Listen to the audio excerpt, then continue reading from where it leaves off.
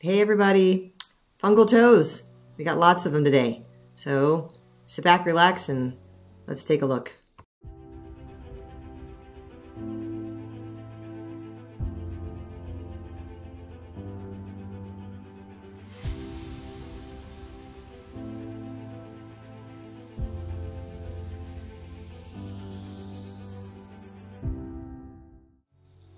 Hey everybody, it's Rachel, aka the Nail Therapist, here on YouTube. Today we're looking at a client that has lots of fungal nails, so I'm going to talk about how to debulk them, which is a very important step to healing, and how you can go about doing that at home if you can't find somebody in your area to help you, and also some cleaning and healing tips. As you can see, this client has a pretty severe infection. She's been dealing with it for several years. She's been seeing me for, I think, about a year now. She comes every 4 or 5 weeks. And we've discussed a lot of different ways we can try to attempt to heal her nails. When you see nails that look this affected, generally speaking, it is an internal problem, more so than an external problem. Her immune system is constantly being challenged, and she has difficulty with following through with some of the things we've talked about. So one of the things that we talk about a lot is her sugar intake. And you know, it's super hard to get rid of sugar. It's in everything. You have to be very disciplined to completely remove sugar from your diet. It's almost near impossible. But what you can do is remove excess sugar. So candies, cakes, breads, alcohol, additional sugar in your coffee, things of that nature. And then switching over to more natural things like pure maple syrup or agave or things like that to sweeten your food. But even that you don't want to limit. So the reason why you want to get rid of sugar is because it is super inflammatory, and it actually helps to feed the fungus. So it's not only doing bad things for your entire body, but it's increasing the likelihood that your fungus is going to stick around for longer. So if she could just get rid of the sugar, it would be a huge deal for her, because she's doing a lot of other things topically that should be helping more by now, but it just isn't. She's also one of my clients that cannot take or does not want to take the oral medications. And so honestly, even if she did take the oral medications, chances are good that the fungus would come back just because of her lifestyle choices. So we want to change the lifestyle stuff before everything else if we can. Otherwise, we're just going to be fighting against this for a very, very long time.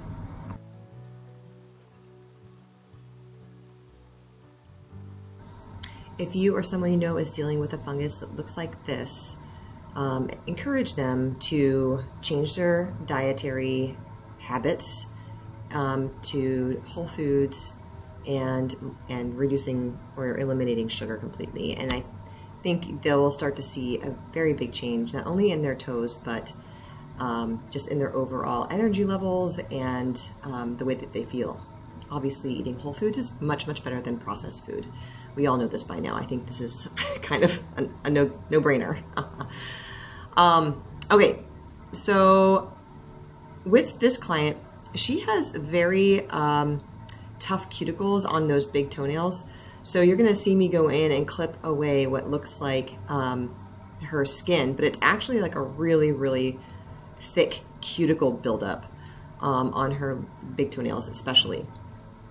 And you can see that the infection on the big toenails is, you know, basically taking over her entire nail. There's going to be a lot of removal of the toenails, and because I've been working on her nails for so long, I know that I can remove a lot more than just 50%, which is what they generally tell you to start with when debulking fungal nails. So If you are dealing with this and you want to try and heal yourself at home and you don't have an e-file like what I'm using here, you can use a hand file, an emery board. I would just say get ones that you can throw away, use once and throw away, because you don't want to keep using the same emery board on infected nails. You're going to keep the nails from getting healed. You're going to keep re-contaminating your nails every time you use the same emery board. So make sure you get like a pack of disposable emery boards so that you can just throw it away after your one use. So you're going to want to trim the nail down as far as you can lengthwise, but then also file across the top of the nail and remove as much of the nail surface as you can, because the infection is usually deeper underneath the nail. It gets started at the free edge, usually in the lateral borders, and it creeps upwards underneath the nail and eats away the dead skin cells and the keratin on the underside of the nail. So you need to file away as much of the top layers of the nail as you can that you feel comfortable with. Obviously, you don't want to go so far that it hurts, and you don't want to go so far that it starts to bleed. But just getting the first few layers off is a good start, so that your topical, whatever topical you choose to use, will penetrate deeper into the layers of the nail and get to where the infection actually is.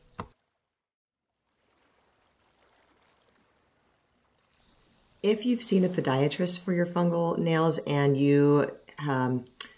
or you're going to see a podiatrist, ask them to take a sample if they don't suggest it and send it off to a lab so that you know exactly what organism you're dealing with. Because a lot of times you'll start using a topical, but it won't be addressing the actual cause of the problem. A lot of the different topicals have different active ingredients, and you need to know which one to use because they all sort of attack different pathogens. There's a bunch of different dermatophytes out there that can cause this kind of problem. And so, you don't want to be using something for 3 months and have it not work. And then you're like, well, I guess I just have fungal nails. No, you probably are just using the wrong topical because it's not addressing the right pathogen.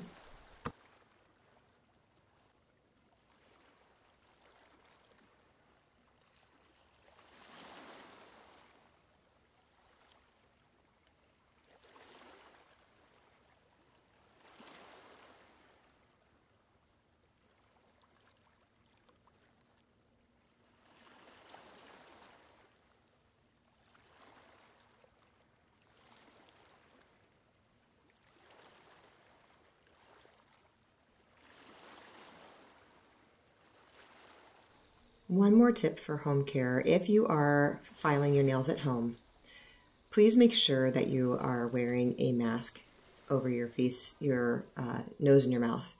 You don't want to breathe in nail dust anyway, but especially dust that contains fungus. If that gets into your lungs, it can cause a whole different set of problems. So I recommend an N95. You probably have some laying around from the COVID days. So keep one in the house just for filing days, and just protect yourself as best you can from breathing in any of the dust.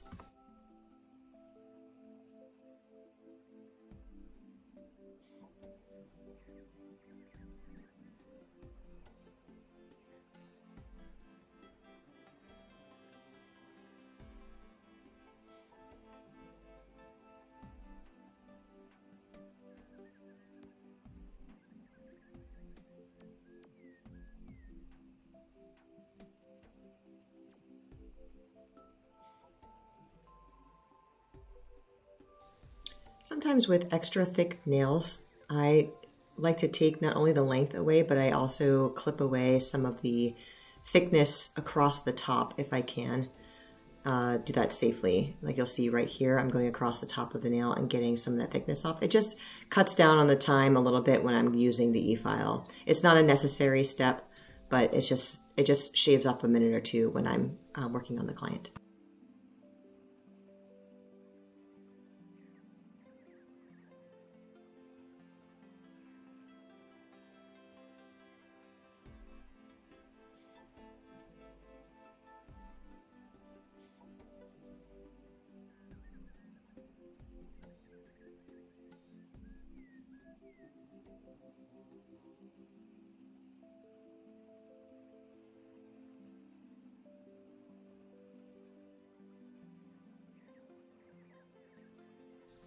So I mentioned that this client has used a bunch of different products, and I just want to let you know what she's tried so far.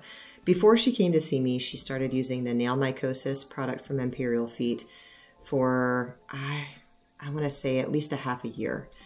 And then her nail technician moved and she found me, and she's been using that until she's been done with it. And then she started using this internal pill that is like a detoxing sort of pill, like almost like a parasite sort of cleansing thing. It's got like oil of oregano in it and black walnut, things like that that kill off parasites. The problem is parasites also love sugar. So unless you're really being consistent with the sugar intake, it's probably not doing a whole lot for her anyway. But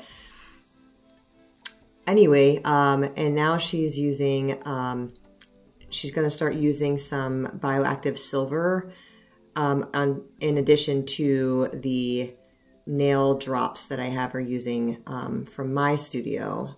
So she's supposed to use those twice a day, every day. And sometimes she does it, but most of the time I think she's lucky if she gets one dose in per day. This nail actually has come a long way, and at the end of the video I'll show you before and afters from when she first started coming to see me to where she is now. And like I said, I've been working with her for a long time, so it's not a huge change, but I will point out some of the major differences that I see in her nails. One of them being there's a lot more clearness to the new nail coming in, even though her nails are still really short on the big nails and I keep having to file them back. The new nail has been getting clearer for the last several months and has not had any new infection into it for a few months either. So fingers crossed it keeps going that direction.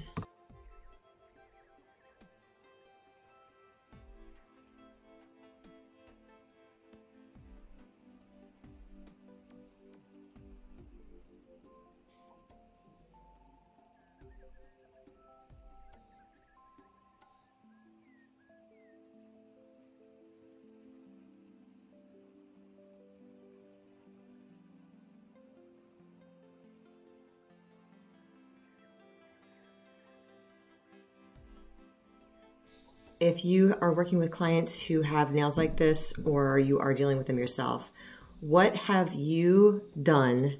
What have you used? What products have you used that has given you the most positive results? I'd love to see it in the comments section. Like, tell me what product you feel like helped you the most.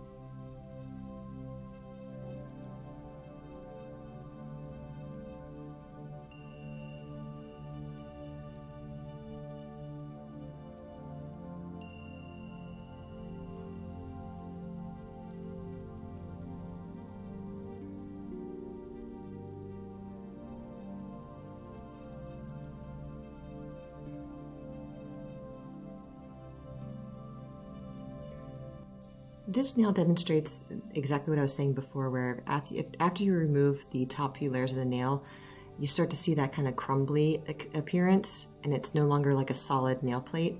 That's because the fungus is up underneath the top few layers of the nail. So that's why you have to get the hardened keratin off first, so you can get to the infected nail and really file that away as much as you can so the topical can penetrate.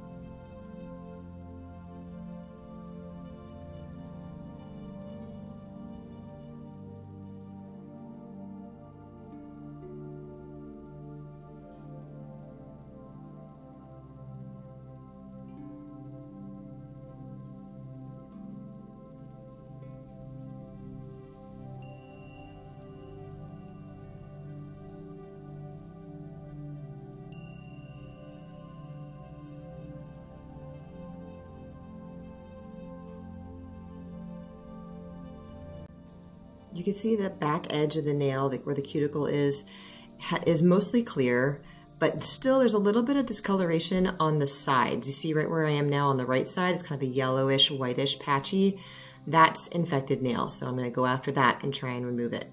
On the left side, you'll see a kind of a darker, almost blackish appearance. That's also fungus. So fungus can make your nails look yellowish and white like that. It can also cause what they call fungal melanechia, which is basically an activation of melanocytes, and it makes the nail appear a lot darker. It doesn't necessarily mean that it's cancer, okay? But obviously, if you do see something that's new and dark on your nail, have a dermatologist check it out, because you don't want to assume that it's not cancer. You need to make sure that it is not cancer and then continue on. So, but with her, there's a more, because she's a African-American woman, she has more chances of her nail turning that blackish color anyway, because it tends to happen on its own in that population as well as the Latino population. So, you know, white people don't necessarily have the black streaks in their nails. It's very uncommon, but obviously the higher melanin content you have in your skin, the more likely you're going to see it in your nails.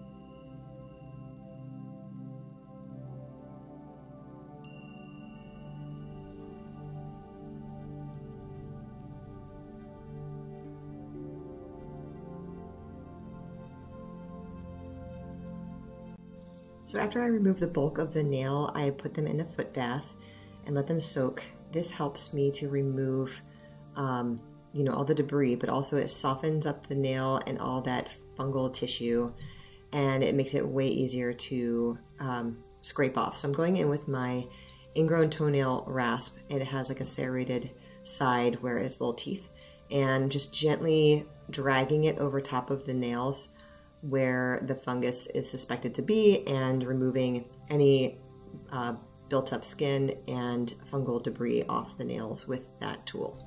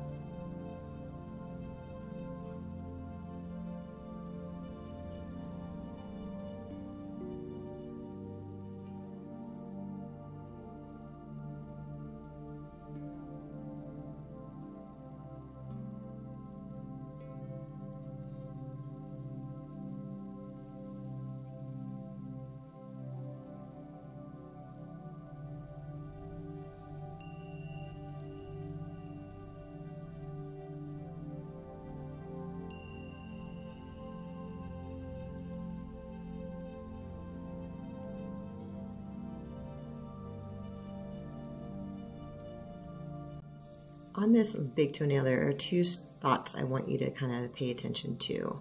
There's that white spot at the back side of the nail on the right, and there is like an orangey spot dead center in the middle. And then, so basically the white spot that you see there is what I call a cavity. So when you see like a creamy yellow or white spot in a fungal nail, usually that means that there is some air trapped underneath the top few layers of the nail. And there's actually like this cavernous area where the fungus has eaten away the nail underneath. So my goal here is to file away and scrape away all of that material. Otherwise, if I don't, it's going to continue to spread and get bigger. And then same thing with that orangey patch. I'm working on it right now. See how it just kind of crumbled away? I'm using very gentle pressure and it is just crumbling away. It's very cheesy. It's called caseous material. And the more I use the tool on it, the more it just continues to scrape away more and more and more. So it's important to be pretty meticulous when it comes to this stuff, because like I said, if you leave fungus an inch, they'll take a mile. It'll just keep going more and more and more. So it's super important that you remove as much as you can.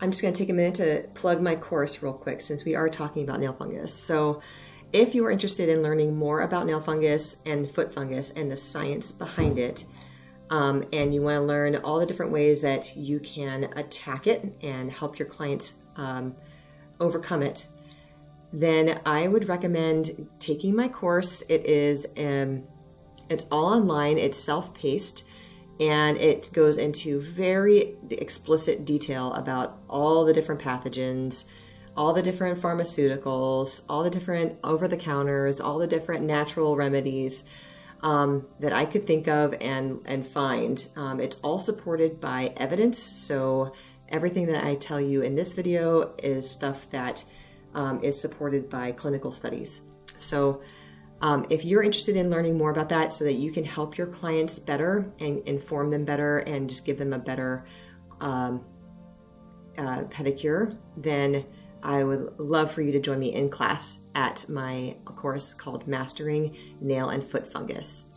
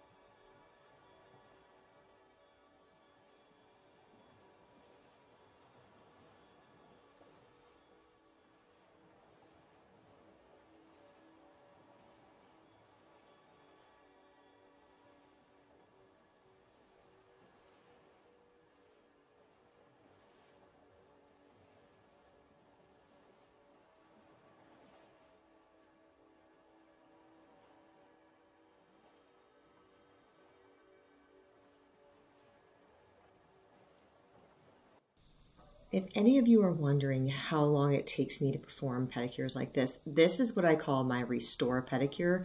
I allot 90 minutes for this pedicure so that I don't have to rush. I can be very detailed and make sure that they get the highest quality pedicure that they need. My clients travel probably up to 2 hours away. For the most part, they're relatively local, but I do have a lot of people coming an hour, hour and a half away from me to come see me every month. Because there aren't a lot of people who actually do what I do and do it in a safe, clean environment, and allow for that time to really give them what they need. So there's a huge need for people out there to be trained in this type of pedicure and offer it. And there seems to be a little bit of resistance from the nail technicians because it's not like pretty toes, but it's so fulfilling. And you know that you're giving your client something that they need and they can't find anywhere else. It's just a wonderful feeling. So I do spend quite a bit of time with them. And as they heal, that time duration shortens. So with her, I hope to get her in and out one day in an hour or an hour 10. But, you know, because of how much work that these nails need to be worked on, then it does take about an hour and a half. And they pay for that pedicure service $140. So that includes the time it takes for me to clean up and reset my studio for the next person. Because I'm a one-person show, and so time ends up being very valuable to me. But I don't want to skimp. I don't like to skimp, and I don't like to be rushed. I learned that very early on when I was working at other nail salons, and I was having to do like 40-minute, 45-minute pedicures, and because I'm sort of OCD and super detailed, it was really tough for me to get people in and out in that time frame. But I learned that once I opened up my own place, I can just do whatever I want, and that's what I want. So it served me well and my clients well.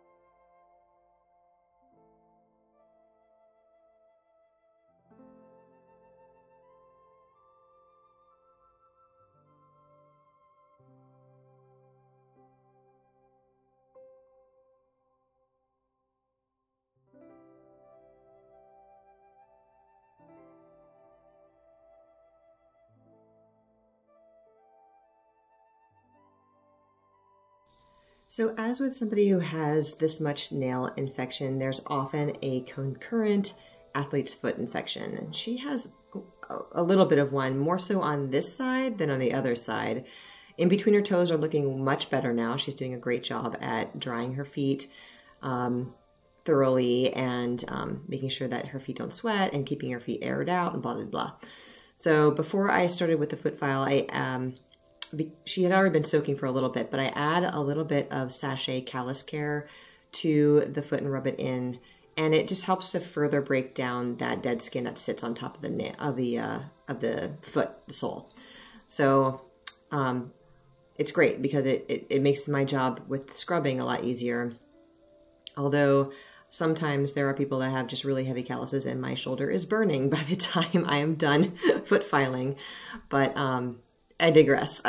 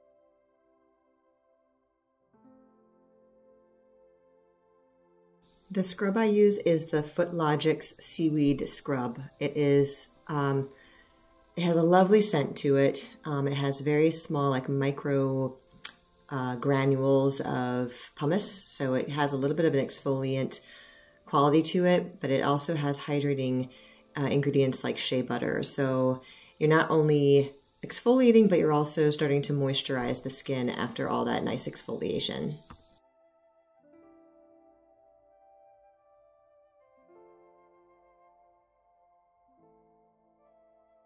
After this, I rinse off the scrub and I give them a nice long massage.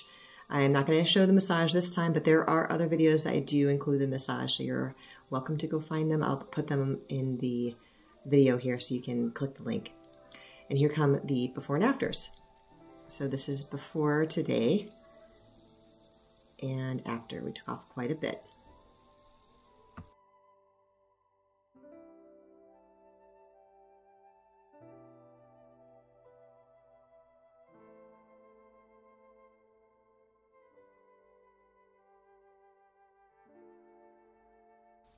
And just as promised, this is her first visit in September of 23, that big white patch.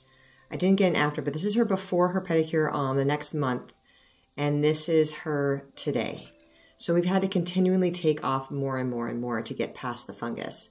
Again, with her on this toenail, you're not going to see a ton of change. There's just going to be more and more nail removed because we have to get past that fungus. It keeps wanting to go back into that matrix. Just remember, fungus is a stubborn thing and consistency is key. Thanks guys for watching. I hope you enjoyed it. Please subscribe if you haven't already, and I will see you next time.